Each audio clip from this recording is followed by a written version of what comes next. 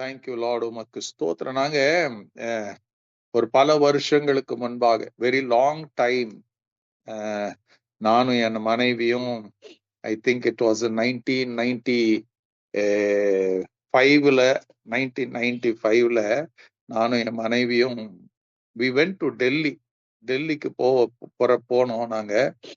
அப்போ டெல்லியில என் மனைவியோடைய சித்தப்பா அங்க இருந்தார்.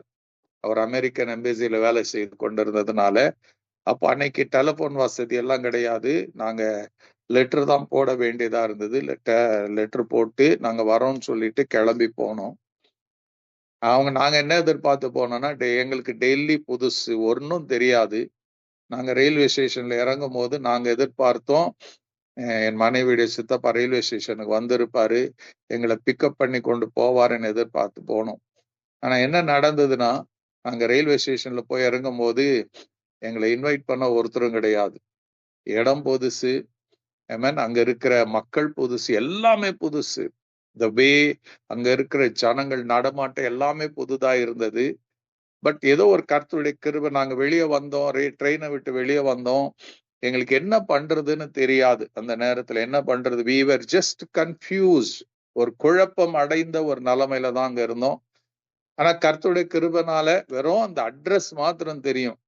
ஒரு ஆட்டோ பிடிச்சு அந்த அட்ரஸுக்கு போய் இறங்கணும். அதுக்கு பிறகுதான் அவங்களுக்கே தெரியும் நாங்க வந்திருக்கிறது. காரணம் என்னன்னா, அதுக்கப்புறம் தான் சொல்றாங்க, நாங்க வர செய்தி அவங்களுக்கு போகல. நாங்க போகாது அந்த செய்தி, நாங்க போட்ட லெட்டர் அவங்களுக்கு போய் சேராததுனால அவங்களுக்கும் தெரியாது. அதற்கப்புறம் எல்லாம் பதட்டமாக அர்ஜென்ட்டாக சில காரியங்கள் எல்லாம் செய்து எங்களை அவங்க இருக்கிற வேண்டிய இடத்துக்கு எங்களை கொண்டு போனாங்க. சோ அங்க 10 நாட்கள் இருந்தோம். ஆனா இது ஒரு அனுபவம் எங்களுடைய வாழ்க்கையில. நாங்க போன நேரத்துல அவங்க எங்களை பிக்கப் பண்ண வராதது எங்களுக்கு ஒரு பெரிய ஏமாற்றமாக, அதே நேரத்துல ஒரு கலக்கமாக, அடுத்து என்ன செய்ய போகிறோம், எப்படிங்க நாம ரிட்டர்ன் போகணுமா, இவங்க வரலன்னா என்ன பண்றது, இப்படி நிறைய கேள்விகளோட அங்க இருந்தோம் ரயில்வே ஸ்டேஷன்ல. கொஞ்ச நேரம் அந்த ரயில்வே ஸ்டேஷன்ல இருக்கும்போது இப்படி எல்லாம் எண்ணங்கள் வந்தது. வாட் டு டூ, என்ன செய்வது என்று தெரியாது. சோ நான் சொல்ற இந்த அனுபவம் அநேகருக்குள்ள வந்திருக்கு. என்ன அனுபவம் தெரியுமா? சில நேரத்துல சிலர் நமக்கு வாக்கு பண்ணிருப்பாங்க, நான் உங்க கூட இருக்கிறேன்னு சொல்லி இருப்பாங்க. இல்ல இந்த நேரத்துல நான் உங்களுக்கு உதவியா இருப்பேன்னு சொல்லி இருப்பாங்க. உங்க எல்லா சூழ்நிலை நான் கூட இருப்பேன்னு சொல்லி இருப்பாங்க. நாம அவங்க கிட்ட கூட சில நேரத்துல நம்ம சில உதவிகளை கேட்டு இருப்போம், எங்களை மறக்காதீங்கன்னு சொல்லி இருப்போம். ஆனா பாத்தீங்கன்னா, நாம எதிர்பார்க்கிற நேரத்துல அந்த உதவி கிடைக்காத போது, நம்ம எதிர்பார்த்தவர் நம்மை மறந்து போகும்போது நமக்கு என்ன ஆகுதுங்க, நம்ம உடைந்து போகிறோம். நாம் நம்பிக்கை அற்றவர்களாக போய் விடுகிறோம். அடுத்து என்ன செய்வது என்று கலங்கி போய் விடுகிறவர்களாக இருக்கிறோம். ஆமென், ஹல்லேலூயா. ஒரு நல்ல அதே நீங்க யோசித்து பாருங்க, ஒரு ரிப்போர்ட் எடுக்கிறோம், அந்த ரிப்போர்ட்டுக்கு படி அந்த டாக்டர் சரியா டயக்னோஸ் பண்ணலனாலும் நமக்கு என்ன பண்றதுங்க, ஏன் அந்த காரியங்கள் வரும்போது ஏன் வந்தது, எதுக்கு வந்ததுங்கிற கேள்விகளோட நாம் இருப்போம். ஆமென். அதுக்குரிய பதில் வேதத்துல இருக்கிறது. ஆனா நம்முடைய வாழ்க்கையில அந்த நேரத்துல என்ன ஆகுங்க, அநேக நேரத்துல நமக்கு சொன்னவர்கள் சொன்னபடி செய்யாத போது அவர்கள் மேல வெறுப்பு வரும், அவங்க மேல கோபம் வரும், அவங்க மேல எரிச்சல் வரும். அவங்கள பார்த்தாலும் அந்த நேரத்துல இருந்து அவங்கள பார்க்கும் போதெல்லாம் அந்த ஞாபகம் வரும். நம்ம என்ன பண்ணுவோம், அந்த கோபத்தை வளர்த்து கொண்டு இருப்போம். ஆமென், ஹல்லேலூயா. சோ பைபிள்ல கூட அப்படியான ஒரு சம்பவம் இருக்கிறது. ஆனா இங்க இந்த நாள்ல what I want to tell you is that trust God's timing. Trust God's time. தேவனுடைய காலமும் நேரத்தையும் நம்புங்க. ஹல்லேலூயா. இங்க இந்த ஆதியாகமத்துல 40ஆம் அதிகாரத்துல பார்க்கும்போது அங்க யோசேப்பை பத்தி நமக்கு எல்லாம் தெரியும். இந்த யோசேப்பு என்ன பண்றாங்க, அவன் செய்யாத தவறுக்காக அவனை சிறைச்சாலையில போட்டு வச்சிருக்கிறாங்க. அவன் சிறைச்சாலையில இருக்கும்போது பார்வோனுடைய பாத்திரக்காரனும் சுயம்பாகியும் கூட ஏதோ தவறு செஞ்சு அவங்க சிறைச்சாலையில யோசேப்பு இருந்த இடத்துக்கு வராங்க. அப்போ ஒரு நாள் 2 பேரும் ஒரு சொப்பனத்தை பார்த்து அவங்கவுங்க சொப்பனத்தை பார்த்து கலங்கி கொண்டிருக்கும் போது யோசேப்பு என்ன எதுக்கு கலக்கமா இருக்கிறீங்கன்னு கேட்பாரு. அப்போ 2 பேரும் தங்களுடைய சொப்பனத்தை சொல்லுவாங்க. அந்த சொப்பனத்துக்கு விளக்கத்தை யோசேப்பு கர்த்தர் சொல்லுவார், தேவன் சொல்லுவார் என்று சொல்லி அவர்களுக்கு விளக்கத்தை கொடுக்கிறாரு. பான பாத்திரக்காரனுக்கு சொல்ல 3 நாள்ல பார்வோனுடைய தலை உயர்த்துவார் என்று சொல்லினது மாத்திரமல்ல, அவனை பார்த்து ஒரு வார்த்தை சொல்லுவாரு. ஆமென். 14ஆம் வசனத்துல 40ஆம் அதிகாரம் 14ஆம் வசனத்துல பார்க்கும்போது இதுதான் அதன் அர்த்தம் என்று சொன்னதும் அன்றி, நீ வாழ்வடைந்திருக்கும் போது என்னை நினைத்து என் மேல் தயவு வைத்து என் காரியத்தை பார்வோனுக்கு அறிவித்து இந்த இடத்திலிருந்து என்னை விடுதலையாக்க வேண்டும் என்று ஒரு விண்ணப்பத்தை வைப்பான். அல்லேலூயா. எப்பங்க? இந்த அற்புதம் நடக்கிறதுக்கு முன்னாடி இந்த விளக்கத்தை சொன்னபடி வியாக்கியானம் பண்ண பிறகு யோசேப்பு இந்த பான பாத்திரக்காரங்கிட்ட சொல்லுவான். ஏன்னா எதுக்கு பான பாத்திரக்காரன் சொல்றானா, அடுத்தது சுயம்பாகிக்கு சொல்லுவான், இன்னும் 3 நாளும் தலை உயர்த்தப்படும், அதுக்கப்புறம் என்ன பண்ணுவாங்க, உன்னை தூக்குல போட போறாங்க, உன்னை பறவைகள் வந்து கொத்தி போட்டுற போகுது, நீ செத்துற போறேன்னு. அதனால இந்த பான பாத்திரக்காரன் சொல்லுவான், என்ன ஞாபகம் வைத்துக்கொள், நான் இது உனக்கு இந்த விளக்கத்தை இந்த வியாக்கியானம் பண்ணி இருக்கிறேன், இந்த அர்த்தத்தை சொல்லி இருக்கிறேன், நீ பார்வோனுக்கு முன்னாடி இருக்கும் போது என்னை ஞாபகப்படுத்திக்கொள், என்னை நினைத்துக்கொள், நான் இங்க ஒரு தவறும் செய்யாம நான் அந்த சிறைச்சாலையில இருக்கிறேன், நீ என்னை நினைச்சு இந்த பார்வோன்கிட்ட சொல்லி என்னை விடுதலை என்ன இங்கிருந்து என்ன பண்ண விடுதலையாக்க வேண்டும் என்று கேட்டுக்கொள்ளுகிறான். அந்த பான பாத்திரக்காரனும் இது நடந்தா பார்க்கலாம் நினைச்சிருக்கலாம். ஆனா யோசேப்பு சொன்னபடியே 3 நாள்ல அந்த அற்புதம் நடந்து விடுகிறது. அவன் யோசேப்பு கிட்ட சொல்லிட்டு போயிருக்கலாம், கவலைப்படாத யோசேப்பே, நான் போறேன், நான் இன்னைக்கு போறேன், பார்வோன் என்ன பண்ண போறான்னு தெரியல, என்ன மறுபடியும் அந்த இடத்துல வச்சாருன்னா நான் நிச்சயமா நான் பார்வோன்கிட்ட உன்னை குறிச்சு நான் பேசுவேன்னு சொல்லி போயிருப்பான். ஆமென். ஆனா வேதம் என்ன சொல்லுதுங்க, அந்த அதிகாரத்துல கடைசி வசனத்துல பார்க்கும்போது, ஆனாலும் பான பாத்திரக்காரரின் தலைவன் யோசேப்பை நினையாமல் அவன் மறந்து போனானா. அல்லேலூயா. யோசேப்பு இங்க யோசித்து கொண்டிருந்திருக்கணும், எப்படியாச்சும் இந்த பான பாத்திரக்காரங்க கப் பியரர் இந்த தலைவன் பார்வோன்கிட்ட சொல்லி என்னை விடுதலை ஆக்குவான்னு. ஒன்னும் நடக்கல. இன்னைக்கு நடக்கும், நாளைக்கு நடக்கும், நாளான்னைக்கு நடக்கும், 1 மாசம் கழிச்சு நடக்கும், ஒன்னும் நடக்கல. யோசிச்சு பாருங்க, 2 வருஷ காலம் இது நடக்கவே இல்லை. யோசேப்பு நினைச்சு அவ்வளவுதான், அவன் மறந்துட்டான்னு நினைச்சிருக்கலாம். ஆமென். ஆனா இதுல என்னன்னா, ஆண்டவர் தேவனுடைய காரியத்தை பாருங்க, பான பாத்திரக்காரன் அவனா மறக்கலங்க, கர்த்தர் மறக்க செய்தார்.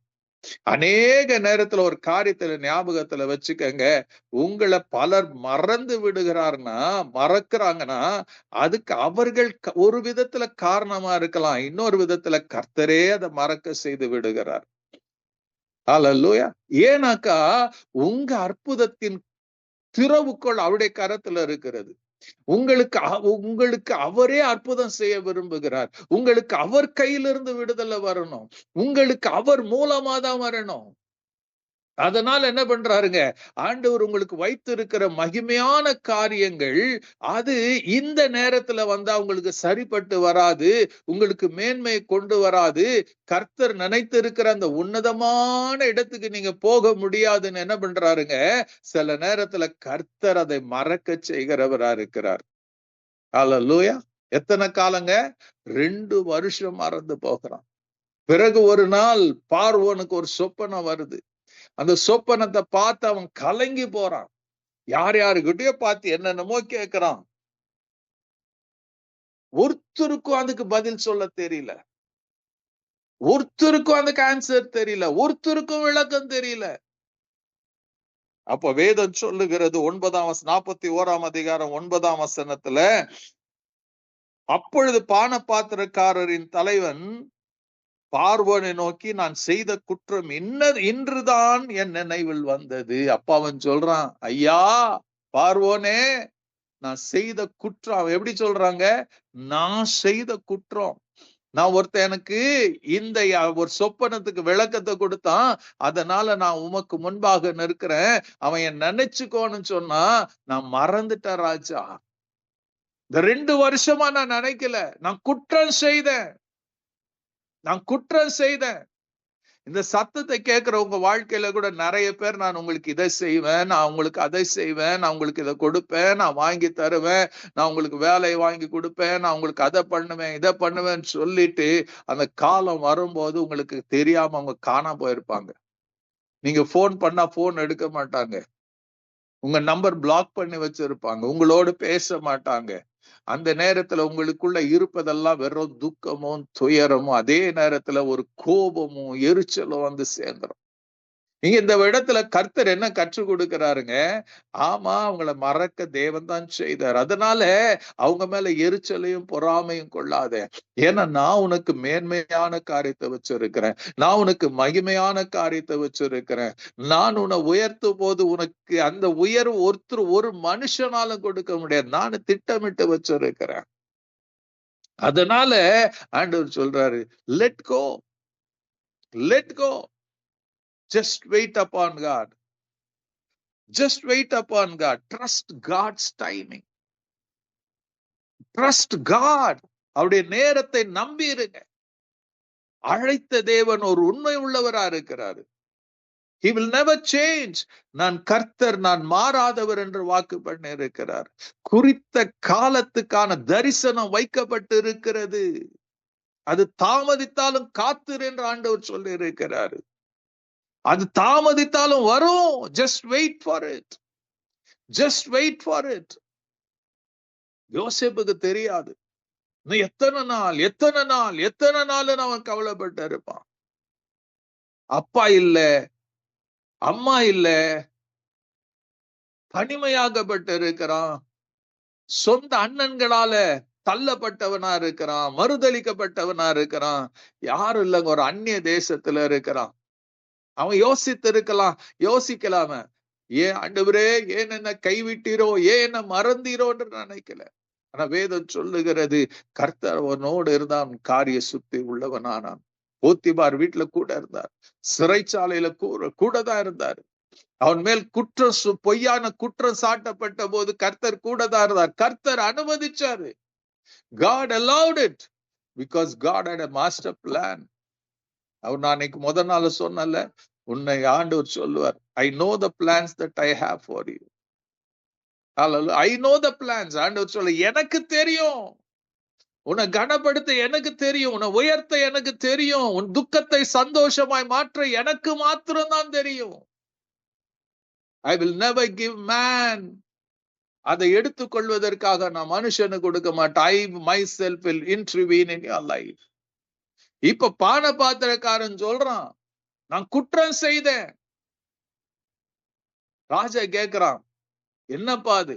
உடனே சிறைச்சாலைக்கு போய் அவனை கூட்டிட்டு, ராஜ மரியாதையோட யோசேப்பை கூட்டிட்டு போறாங்க. அவனை குளிக்கிறான், ஷேவிங் பண்றான், புது வஸ்திரம், ஜெயில் துணியில இருந்து, ஜெயில் யூனிஃபார்ம்ல இருந்து அவனுக்கு புதிய வஸ்திரத்தை போட்டு ராஜா முன்னாடி கொண்டு போய் நிறுத்துறாங்க. ராஜா கிட்ட பேசுறான். ராஜா சில காரியங்களை சொல்றாரு, அந்த சொப்பனத்தை விளக்குறாரு. அந்த சொப்பனத்துக்கு விளக்கத்தை யாரு கொடுக்கறதுங்க? யோசேப்பு கொடுக்கிறான். ஆமென். ஹல்லேலூயா. யோசேப்பு இந்த விளக்கத்தை கொடுத்த மாத்திரத்துல பார்வோன் சொல்றான் பாருங்க, ஒரு தேவனை அறியாத மனுஷன் சொல்றான். 41ஆம் அதிகாரத்துல 38ஆம் வசனத்துல 39ஆம் வசனத்துல, அப்பொழுது பார்வோன் தன் ஊழியக்காரரை நோக்கி, தேவ ஆவியை பெற்ற இந்த மனுஷனை போல வேறொருவன் உண்டோ என்றான். பின்பு பார்வோன் யோசேப்பை நோக்கி, தேவநிலையை இவை எல்லாவற்றையும் உனக்கு வெளிப்படுத்தி இருக்கிறபடியால் உன்னை போல விவேகம் ஞானமுள்ள வேறொருவனும் இல்லை. நீ அரண்மனைக்கு அதிகாரியா இருப்பாய். உன் வாக்கின்படி என் ஜனங்கள் எல்லாரும் அடங்கி நடக்க கடவர்கள்.